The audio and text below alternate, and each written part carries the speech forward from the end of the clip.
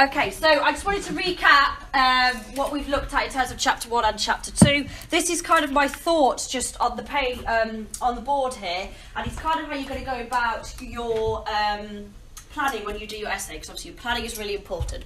So, we've looked at Chapter 1, the story of the door.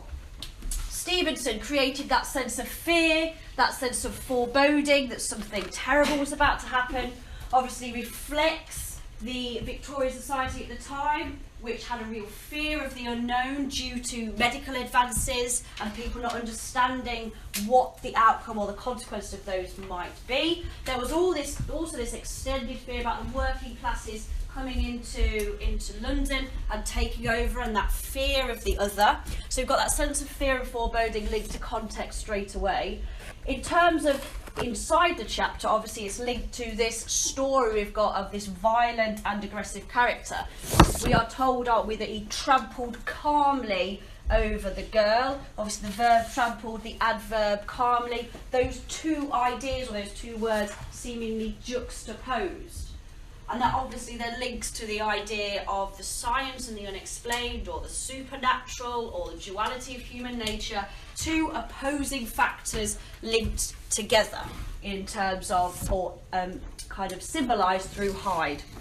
We've also got this idea of the monstrous, in that he was said to have no nameable malformation. Therefore, he has no identity. We can't really define him. And Stevenson's done that in particular in order that we create our own personal monster. So it's our own internal monster, the fear of our own unknown, okay? The fear of our own unknown.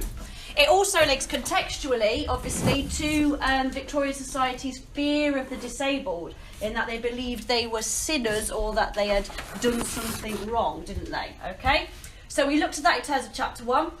Chapter 2 then we looked at yesterday in the search for Mr. Hyde, and there was a sense there of the confusion. So Stevenson had used language to create a sense of confusion. Again, emphasising that this creature is unable to be defined. We don't know who he is. We can't define him. We can't say who he is.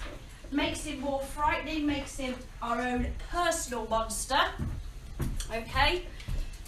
This was also shown in the animalistic vocabulary that was used to describe Hyde. He was said to be hissing, or shrank back hissing, so the infinitive verb hissing, to reflect that he's a snake-like, poisonous character, all right? Someone not to be trusted, against someone that we don't know. He was also referred to as snarling in a savage tone. So the adjective savage there links to the idea of something untamed or wild, and reflects Victorian society's fear of that internal monster.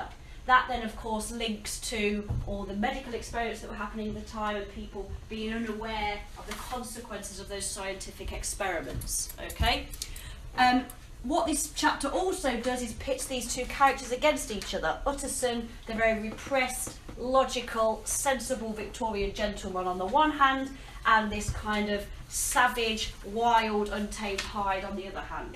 Okay. Also contextually, we can link that to Freud's idea of psychoanalysis. Hyde being representative of the id, or the devil character, the one that's involved purely for pleasure and has everything they want, and pitted against the ego.